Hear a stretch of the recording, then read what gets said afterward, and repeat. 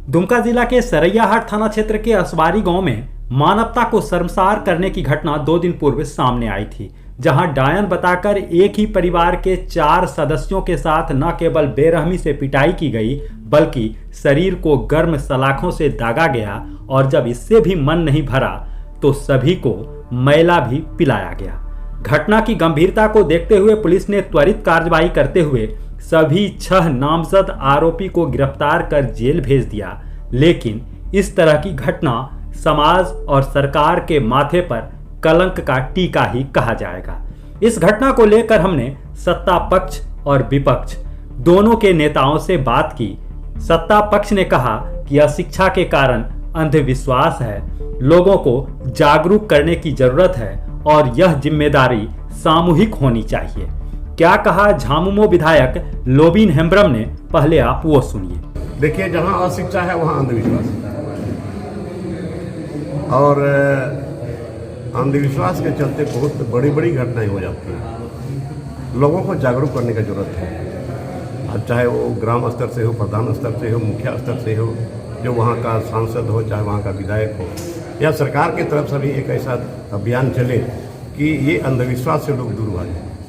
और इसीलिए केवल दुमका नहीं है, बहुत जगह ऐसी बातें होती है और एक समाज के लिए बहुत घातक है ये सब। इस मामले को लेकर हमने पूर्व कल्याण मंत्री डॉक्टर लुईस मरांडी से भी बात की। उनका कहना है कि वर्तमान सरकार में महिलाओं की स्थिति काफी चिंताजनक हो गई है। सरैयाहाट की घटना अमानवीय है। सरकार को गंभीरता से इन बातों को ध्यान रखनी चाहिए। आज के समय में कानून का भय समाप्त हो गया है।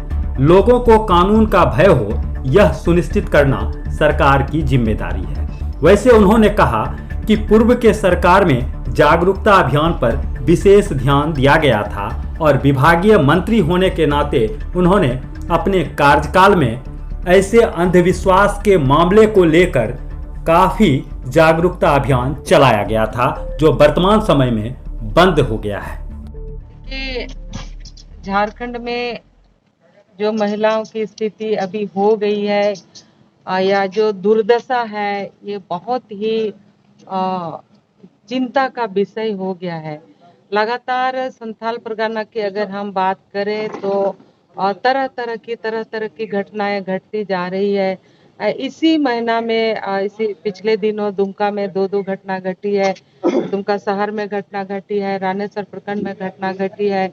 उससे लोग उबरे नहीं हैं। अभी नया घटना इसी जिले का सरैयाहाट प्रखंड में घट गई और ये घटना जो डायन बता के जो पीड़ित लोग हैं, किस तरह से उनको लोहे का गरम रड से दागा गया है या फिर इससे पहले किस तरह से अमानवीय व्यवहार जो हम मुंह से बोल भी नहीं सकते कि किसी मनुष्य को ऐसा कोई खिला सकता है, पिला सकता है।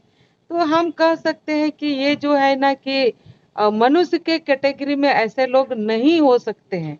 आखिर कौन सा व्यक्ति ऐसा है कि एक अगल बगल के बहनों को या परिवार के लोगों को कोई गंदा पिलाए, मैला पिलाए, लोहे के रड से वो दागे।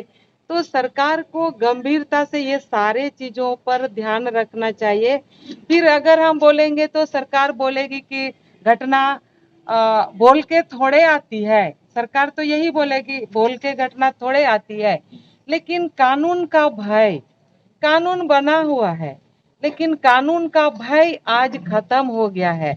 तो कानून का भय आम जनता में, विशेष करके जो इस तरह का घटना करने के लिए आगे रहते हैं, वैसे लोगों को हो, ये सुनिश्चित करना चाहिए सरकार को।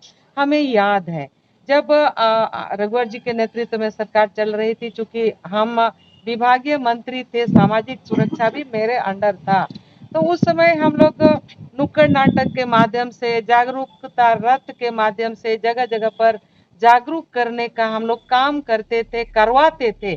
तो कम से कम इतना भी हो। हम 21वीं सदी में जी रहे हैं। आज के दौर में इस तरह की घटना सुनकर किसी भी सभ्य समाज का सर शर्म से झुक जाएगा।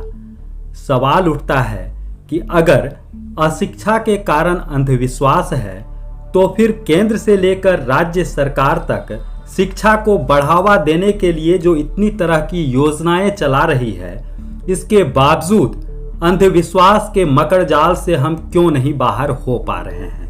यह तभी दूर होगा जब इसे भगाने के लिए सामूहिक प्रयास करना होगा।